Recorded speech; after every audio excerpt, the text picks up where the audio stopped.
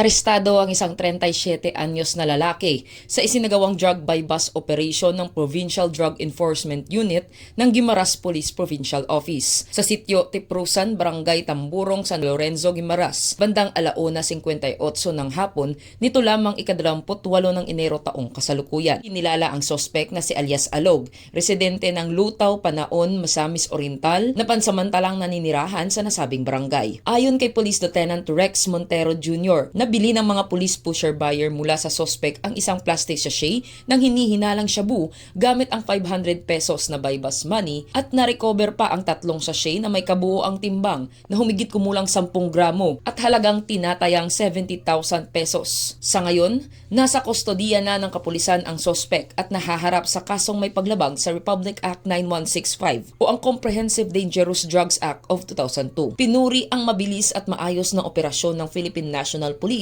na nagresulta sa pagkakaaresto ng sospek, patunay ng kanilang patuloy na kampanya laban sa iligal na droga at sa pagpapanatili ng kapayapaan at kaligtasan ng mamamayan. Narito sa Western Visayas, ako ang inyong PNN Correspondent Patrolwoman Justin May Halyores, alagad ng batas, tagataguyod ng Balitang Pulis.